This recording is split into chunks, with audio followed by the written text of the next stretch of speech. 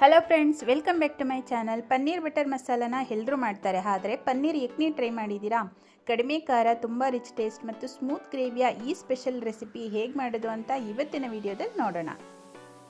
ಮೊದಲಿಗೆ ಈ ಗ್ರೇವಿ ಮಾಡೋದಕ್ಕೆ ಇನ್ಸ್ಟೆಂಟಾಗಿ ಮಸಾಲ ಪೌಡರ್ನ ಮಾಡ್ಕೊಳ್ಬೇಕು.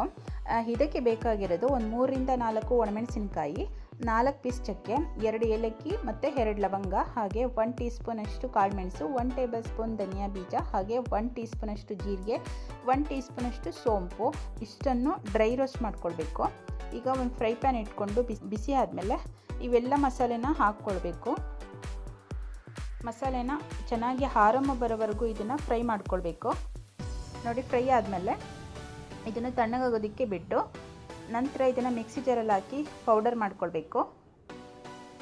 ನೋಡಿ, ಈ ರೀತಿ ಪೌಡರ್ ಮಾಡಿಕೊಂಡು ರೆಡಿ ಮಾಡಿಟ್ಕೊಳ್ಳಿ. ಈಗ ಒಂದು ಫ್ರೈ ಪ್ಯಾನ್ ಇಟ್ಕೊಂಡು ಬಿಸಿ ಆದಮೇಲೆ ಎಣ್ಣೆ ಹಾಕಿ 100 ಗ್ರಾಮಷ್ಟು ಪನ್ನೀರ್ ತೊಗೊಂಡಿದ್ದೀನಿ. ಪನ್ನೀರನ್ನು ಫ್ರೈ ಮಾಡ್ಕೊಳ್ಬೇಕು. ಪನ್ನೀರ್ ಚೆನ್ನಾಗಿ ಹುರ್ಕೊಂಡು ಇದನ್ನು ಎತ್ತಿಟ್ಕೊಳ್ಳೋಣ. ನೆಕ್ಸ್ಟು ಅದೇ ಫ್ರೈ ಪ್ಯಾನಲ್ಲಿ ಒಂದು ಆನಿಯನ್ನು ಮತ್ತು ಒಂದು ಕ್ಯಾಪ್ಸಿಕಮ್ ಕಟ್ ಮಾಡ್ಕೊಂಡಿದ್ದೀನಿ. ಇದನ್ನು ಕೂಡ ಹೈ ಫ್ಲೇಮಲ್ಲಿ ಇಟ್ಕೊಂಡು ಸ್ವಲ್ಪ ಸಾಲ್ಟನ್ನು ಹಾಕಿ ಚೆನ್ನಾಗಿ ಫ್ರೈ ಮಾಡ್ಕೊಳ್ಬೇಕು. ಕ್ಯಾಪ್ಸಿಕಮ್ಮು ಹಸಿ ಇದ್ದರೆ ಸ್ವಲ್ಪ ತಿನ್ನೋಕ್ಕಾಗಲ್ಲ. ಕ್ಯಾಪ್ಸಿಕಮ್ನ ಚೆನ್ನಾಗಿ ಫ್ರೈ ಮಾಡಿಕೊಂಡು ಎತ್ತಿಟ್ಕೊಳ್ಳಿ.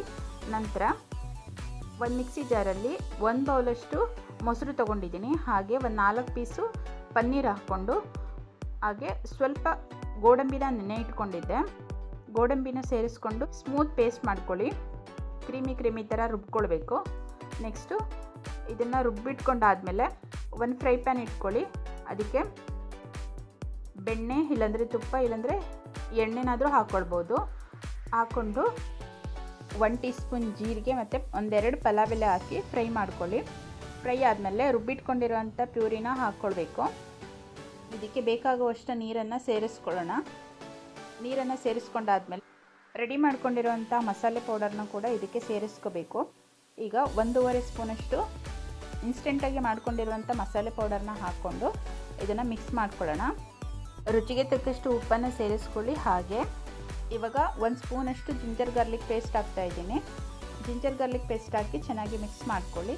ಈಗ ಫ್ರೈ ಮಾಡ್ಕೊಂಡಿರೋವಂಥ ಈರುಳ್ಳಿ ಮತ್ತು ಕ್ಯಾಪ್ಸಿಕಮ್ನ ಹಾಕಿ ಹಾಗೆ ಪನ್ನೀರನ್ನು ಕೂಡ ಸೇರಿಸ್ಕೊಂಡು ಇದನ್ನು ಒಂದು 5 ನಿಮಿಷ ಕುದಿಯೋದಕ್ಕೆ ಬಿಡಬೇಕು. ಇದನ್ನು ಎಣ್ಣೆ ಬಿಡೋವರೆಗೂ ಚೆನ್ನಾಗಿ ಕುದಿಸ್ಕೊಳ್ಳಿ.